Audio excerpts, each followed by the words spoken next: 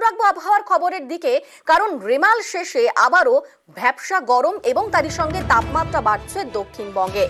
শক্তি হারিয়ে নিম্নচাপে পরিণত হচ্ছে রেমাল, যে কারণে দক্ষিণবঙ্গে তাপমাত্রা বাড়ছে এবং তাপমাত্রা আরো বাড়বে এমনটাই বলছে হাওয়া অফিস।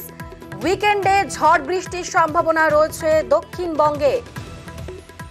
উইকেন্ডে ঝড় বৃষ্টির সম্ভাবনা, কিন্তু ততদিন পর্যন্ত গরম আরো বাড়বে এমনটাই বলছে হাওয়া অফিস। অপরদিকে উত্তরবঙ্গে দুর্যোগ, রাত থেকে বৃষ্টি শুরু উত্তরের বিভিন্ন জেলায়। জলপাইগুড়ি, শিলিগুড়ি, সেখানে বজ্রবিদ্যুৎ সহ বৃষ্টি। আর আজকেও উত্তরবঙ্গে বজ্রবিদ্যুৎ সহ বৃষ্টির পূর্বাভাস রয়েছে। বৃষ্টির সঙ্গে 30 থেকে 40 কিলোমিটার বেগে ঝোড়ো হাওয়া বইবে।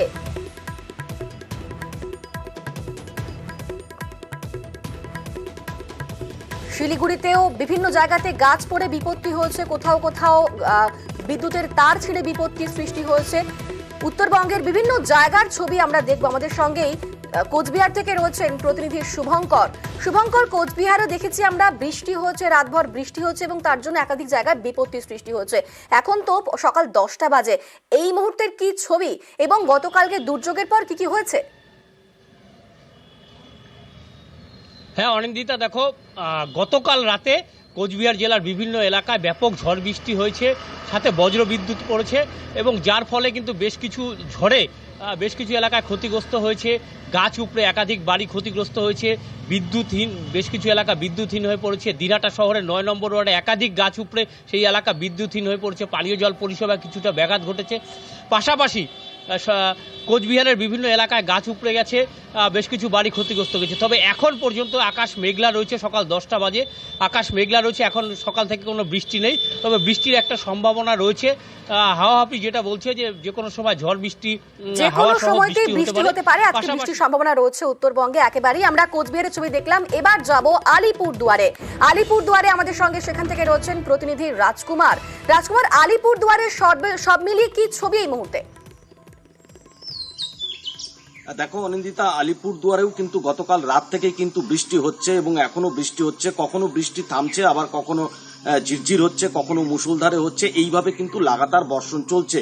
যদিও সেচ দপ্তরের পক্ষ থেকে জানানো হচ্ছে যে এই যে বৃষ্টি যেটা হচ্ছে সেটা বিচ্ছিন্নভাবে বিক্ষিপ্তভাবে গোটা জেলা জুড়ে হচ্ছে, ফলে বৃষ্টির জেরে যে ক্ষয়ক্ষতি বা সমস্যা সেটার সম্ভাবনা খুব কম রয়েছে। তার কারণ হচ্ছে যে যদি এক জায়গায় একত্রিতভাবে গোটা বৃষ্টিপাতটাই হতো তাহলে সেক্ষেত্রে সমস্যার কথা ছিল।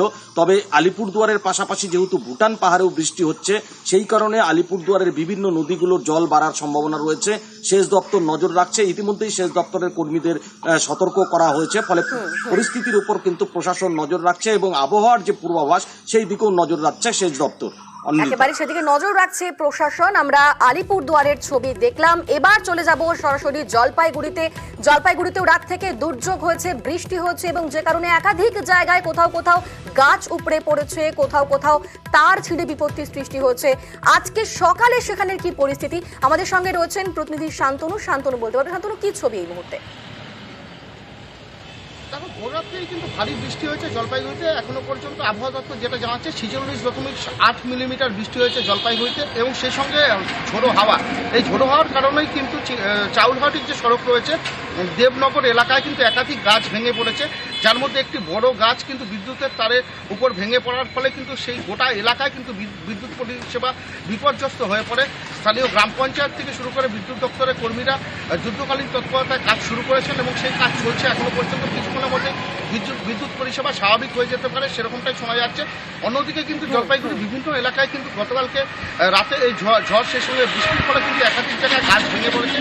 তিস্তা নদীর দক্ষিণ অংশ যেটা হচ্ছে জলপাইগুড়ি শহরের মধ্যে দিয়ে সংলগ্ন এলাকা দিয়ে বয়ে গেছে, সেই এলাকার বাসিন্দারাও কিন্তু উদ্বেগের মধ্যে রয়েছেন।